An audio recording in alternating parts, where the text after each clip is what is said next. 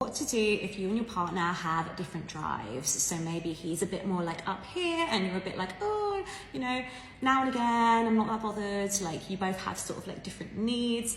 Here's what you've got to do. So I feel like firstly, you just need to communicate with each other. I feel like society sort of tells us that, you know, sex should just be a thing that like comes naturally and it will just happen and it will be perfect and amazing. But you do need to communicate with each other, because a lot of the time you're going to have like different needs, different desires, different fantasies.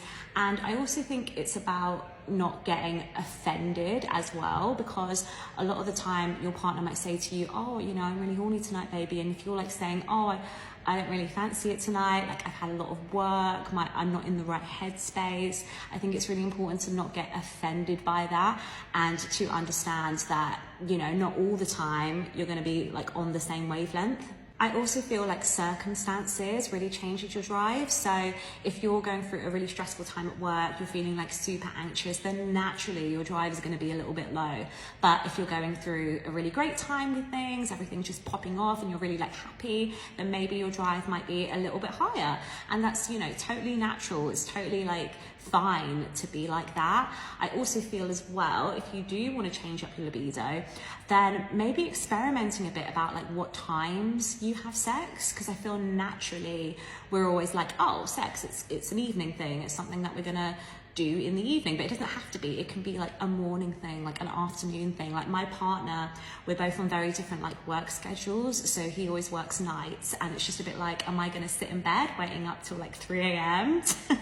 to do the deed? Like, no, I can, you know, we can do it in the afternoon before he goes to work. Like, it's definitely, you know, I think interesting to sort of experiment with that, experiment with different times, and I think that way you're going to be a little bit more on the same wavelength, because like schedules and things like that can really affect your libido. So yeah, it's just kind of figuring things out and experimenting a bit. However, if you do want to add a little something into the mix, you know, a little sprinkle of something to enhance your libido, then I recently tried these sex chocolates.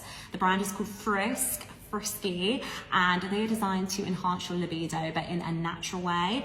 I'm going to show you. So it's really cute packaging, actually. I think it would make quite like a nice gift to give your partner, to kind of enhance the libido and get things feeling a little bit spicy. So this is the chocolate. So you're supposed to give half to your partner and then half to yourself. And then in about half an hour, things are going to be feeling a little bit